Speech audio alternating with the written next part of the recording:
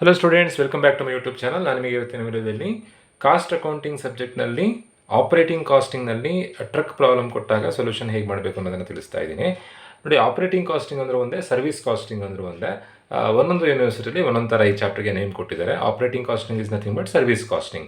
So ಇದರಲ್ಲಿ ನಿಮಗೆ ಎಕ್ಸಾಮಿಗೆ ಬಸ್ಸಿನ ಪ್ರಾಬ್ಲಮನ್ನು ಕೇಳ್ತಾರೆ. ನಾನು ಆಲ್ರೆಡಿ ಬಸ್ಸಿನ ಪ್ರಾಬ್ಲಮನ್ನು ಅಪ್ಲೋಡ್ ಮಾಡಿದ್ದೀನಿ, ನನ್ನ ಪ್ಲೇ ಲಿಸ್ಟಲ್ಲಿ ನೀವು ಗಮನಿಸ್ಬೋದು.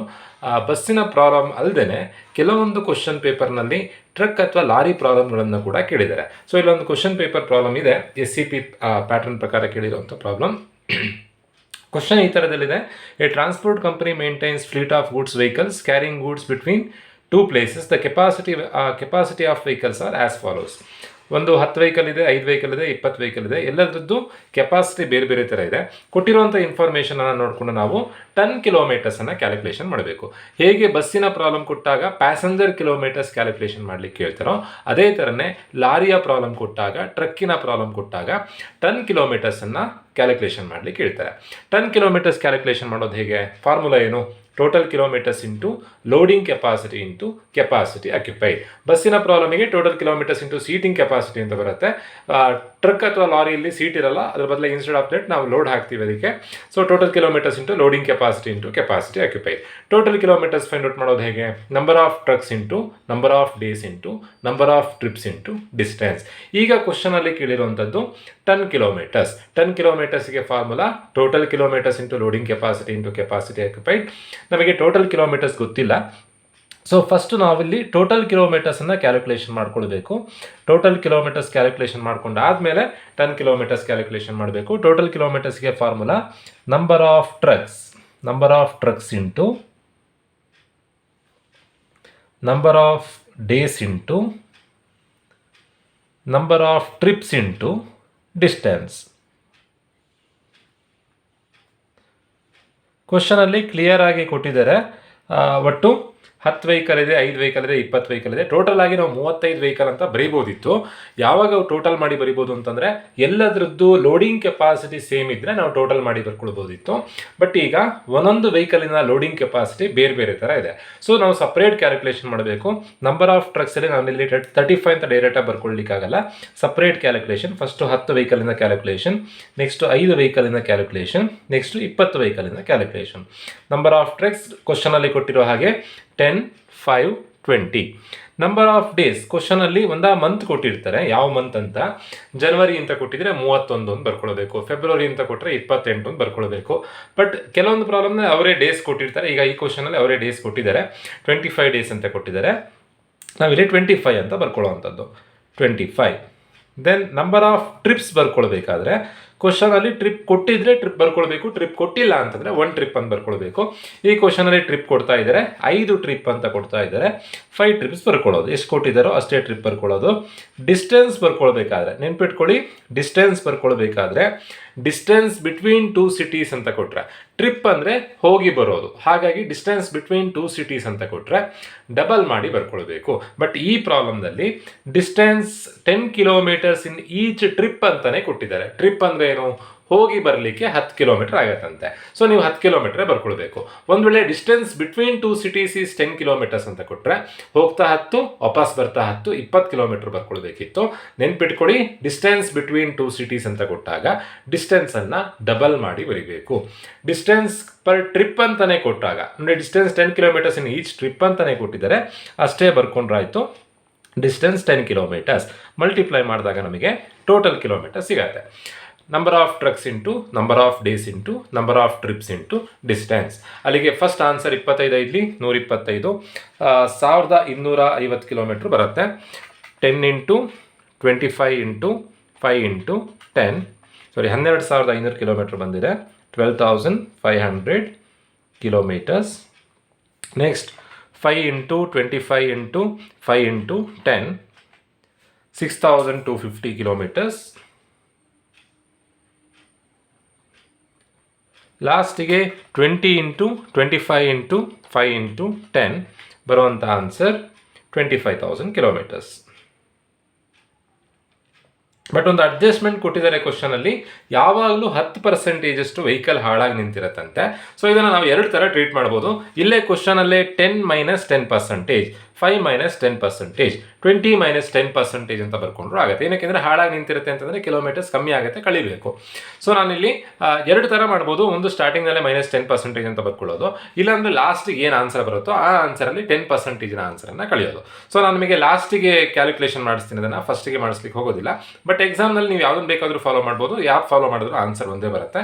ಸೊ ನಾವೀಗ ಟೋಟಲ್ ಕಿಲೋಮೀಟರ್ಸ್ ಕ್ಯಾಲ್ಕುಲೇಷನ್ ಮಾಡಿ ಆಯಿತು. ಕ್ವಶನಲ್ಲಿ ಕೇಳಿರುವಂಥದ್ದು 10 ಕಿಲೋಮೀಟರ್ಸ್. 10 ಕಿಲೋಮೀಟರ್ಸ್ಗೆ ಫಾರ್ಮುಲಾ ಏನು? 10 ಕಿಲೋಮೀಟರ್ಸ್ ಈಕ್ವಲ್ಸ್, ಫಾರ್ಮುಲಾ ಇಲ್ಲಿ ಬರ್ತಿದ್ದೀನಿ ನೋಡಿ, total kilometres into loading capacity into capacity occupied. Total kilometres into loading capacity into capacity occupied.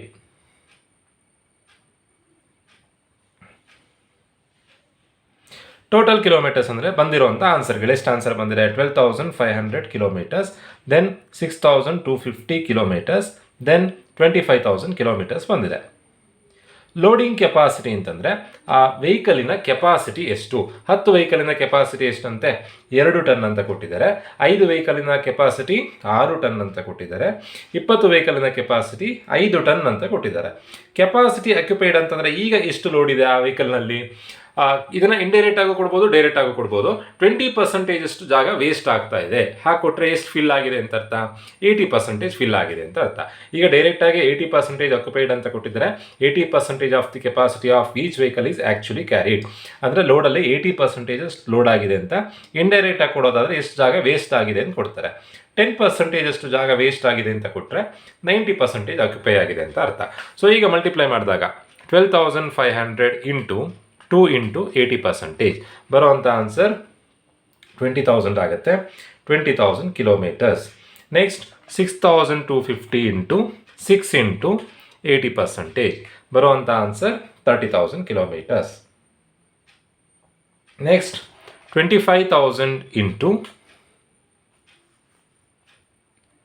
5 into 80% ಬರುವಂಥ ಆನ್ಸರ್ 1,00,000 ಕಿಲೋಮೀಟರ್ಸ್. ಟೋಟಲ್ ಮಾಡಿದಾಗ ಇಷ್ಟನ್ನು ಟೋಟಲ್ ಮಾಡಿದಾಗ ಬರುವಂಥ ಆನ್ಸರ್ 1,50,000 ಕಿಲೋಮೀಟರ್ಸ್ ಆಗುತ್ತೆ. 1,50,000 ಕಿಲೋಮೀಟರ್ಸ್. ಸೊ ಇಲ್ಲಿ ಬಂದಿರುವಂಥ ಆನ್ಸರ್ ಟೋಟಲ್ ಆಗಿ ಎಷ್ಟು ಟ್ರಕ್ಕಿನ ಆನ್ಸರ್ ಅಂತಂದರೆ 10 + 5 + 20, ಅಲ್ಲಿಗೆ 20 + 10 30, 30 + 5 35 ವೆಹಿಕಲ್ಸಿನ ಆನ್ಸರ್ ಎಷ್ಟು ಬಂದಿದೆ ಅಂತಂದರೆ 35 ವೆಹಿಕಲ್ಸಿನ ಆನ್ಸರ್ 1,50,000 ಕಿಲೋಮೀಟರ್ಸ್ ಬಂದಿದೆ. ಸೊ ಕ್ವಶನಲ್ಲಿ 10% ಅಷ್ಟು ವೆಹಿಕಲ್ ಹಾಳಾಗಿದೆ ಅಂತ ಕೊಡದೇ ಇದ್ದರೆ ಇದೇ ಫೈನಲ್ ಆನ್ಸರ್. ಬಟ್ ಈಗ ಏನು ಕೊಟ್ಟಿದ್ದಾರೆ? 10% ಅಷ್ಟು ವೆಹಿಕಲ್ ಹಾಳಾಗಿದೆಯಂತೆ. ಸೊ ನೀವು ಹೇಗೇನು ಮಾಡಬೇಕು? 10% ಆನ್ಸರನ್ನು ಕಳೆದ್ರಾಯಿತು. ಕಳೆಯೋದು ಹೇಗೆ? ಫಸ್ಟ್ ನಾನಿಲ್ಲಿ ಕ್ವಶನಲ್ಲಿ ಏನು ಆನ್ಸರ್ ಬಂದಿದೆ ನಮ್ಮ ಸೊಲ್ಯೂಷನಲ್ಲಿ ಅದನ್ನು ಬರ್ಕೊಳ್ತಾ ಇದ್ದೀನಿ. 35 ವೆಹಿಕಲ್ಸಿನ ಆನ್ಸರ್ ಎಷ್ಟು ಬಂದಿದೆ ಅಂತಂದರೆ 1,50,000 ಕಿಲೋಮೀಟರ್ಸ್ ಬಂದಿದೆ. 35 ವೆಹಿಕಲ್ಸ್ ಹೇಗೆ ಬಂತು? 10 + 5 + 20 35 ವೆಹಿಕಲ್ಸ್. 35 ವೆಹಿಕಲ್ಸಿಗೆ 1,50,000 ಆಗಿದೆ. ಹಾಗಾದರೆ 10% ಅಷ್ಟು ಹಾಳಾಗಿರುತ್ತಂತೆ. 35ಗೆ 10% ಮಾಡಿದಾಗ 3.5 ವೆಹಿಕಲ್ಸ್ ಆಗುತ್ತೆ. 3.5ಗೆ ಎಷ್ಟಾಗುತ್ತೆ? ಕ್ರಾಸ್ ಮಲ್ಟಿಪ್ಲಿಕೇಶನ್ ಮಾಡಿ ಬಂದಿರೋಂಥ ಆನ್ಸರನ್ನು 1,50,000 ಕಳಿಬೇಕು. ಯಾಕೆ ಅಂತಂದರೆ ರಿಪೇರಿಗೆ ಹಾಳಾಗಿ ನಿಂತಿರುತ್ತೆ ಅಂತಂದರೆ ಗಾಡಿ ರನ್ ಆಗಲ್ಲ. ಸೊ ಅಷ್ಟು ಕಿಲೋಮೀಟರ್ಸನ್ನು ಕಳೆದ್ರಾಯಿತು. ಕ್ರಾಸ್ ಮಲ್ಟಿಪ್ಲಿಕೇಶನ್ ಮಾಡಿದಾಗ 3.5 ಇಂಟು 1,50,000 ಡಿವೈಡೆಡ್ ಬೈ 35 ಮಾಡಿದಾಗ ಬರುವಂಥ ಆನ್ಸರ್ 15,000 ಬರುತ್ತೆ. ಸೊ 3.5 ವೆಹಿಕಲಿಗೆ 15,000 ಕಿಲೋಮೀಟ್ರ್ ಆಗುತ್ತೆ. ಈ 15,000 ಕಿಲೋಮೀಟ್ರ್ ಕಳೆದ್ರೆ ನಮಗೆ ಆನ್ಸರ್ ಸಿಗುತ್ತೆ. 1.5ರಲ್ಲಿ 15 ಕಳೆದ್ರೆ ಬರುವಂಥ ಆನ್ಸರ್ 1,35,000 ಕಿಲೋಮೀಟರ್ಸ್. ಯಾಕೆ ಕಳೆದಿದ್ದು ಅಂತಂದರೆ ಅಷ್ಟು ಹಾಳಾಗಿ ನಿಂತಿರುತ್ತೆ. ಫೈನಲ್ ಆನ್ಸರ್ ಎಷ್ಟು ಅಂತಂದರೆ 10 ಕಿಲೋಮೀಟರ್ಸ್ 1,35,000. ಈ ಸ್ಟೆಪ್ಪು ನಿಮಗೆ ಪ್ರೊಸೀಜರ್ ಕಷ್ಟ ಅಂತ ಅನಿಸಿದರೆ ಫಸ್ಟ್ ಸ್ಟೆಪ್ಪಲ್ಲೇ ನಂಬರ್ ಆಫ್ ಟ್ರಕ್ಸ್ ಮಾಡಬೇಕಾದ್ರೆ ಇಲ್ಲೇ -10% ಮಾಡಿಕೊಂಡೇ ಸೊಲ್ಯೂಷನ್ ಮಾಡಿದ್ರೆ ಫೈನಲ್ ಆನ್ಸರ್ 35 ವೆಹಿಕಲ್ಸ್ ನಿಮಗೆ ಇಲ್ಲೇ 1,35,000 ಬಂದ್ಬಿಡುತ್ತೆ. ಹೇಗೆ ಬೇಕಾದರೂ ಮಾಡ್ಬೋದು. 5 ಮಾರ್ಕ್ಸಿಗೆ ಕೇಳೋದಾದರೆ 10 ಕಿಲೋಮೀಟರ್ಸ್ ಮಾತ್ರ ಕೇಳ್ತಾರೆ. ಇದೇ ಲಾರಿ ಪ್ರಾಬ್ಲಮ್ನಲ್ಲಿ ಕಾಸ್ಟ್ ಪರ್ ಪ್ಯಾಸೆಂಜರ್ ಕಿಲೋಮೀಟರ್ಸ್ ಅಂತ ಕೇಳಿದ್ರೆ 10 ಮಾರ್ಕ್ಸಿಗೆ ಕೇಳ್ತಾರೆ. ಕಾಸ್ಟ್ ಪರ್ ಟನ್ ಕಿಲೋಮೀಟರ್ಸ್ ಅಂತ ಕೇಳಿದ್ರೆ 10 ಮಾರ್ಕ್ಸಿಗೆ ಕೇಳ್ತಾರೆ. ಕಾಸ್ಟ್ ಪರ್ ಟನ್ ಕಿಲೋಮೀಟರ್ಸ್ ಅಂದರೆ ಏನು? ಟನ್ ಕಿಲೋಮೀಟರ್ಸ್ ಈ ಕ್ಯಾಲ್ಕುಲೇಷನ್ ಮಾಡಿದ್ದೀವಿ.